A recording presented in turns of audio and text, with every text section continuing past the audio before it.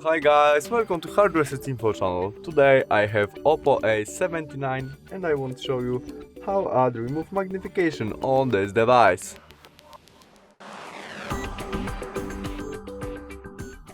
First step to do that is from main menu we must navigate to the settings. In it, additional settings and accessibility. There we have vision option and our magnification, which is off. To turn on it we press there and now we must click switch on. Confirm by OK and we have our remove magnification, which position we can easily change. To zoom our screen we click on our magnification and tap our screen. To change position of zoom by two finger we can do that. To turn off zoom we click on our magnification. And that's all. Thanks for watching, bye!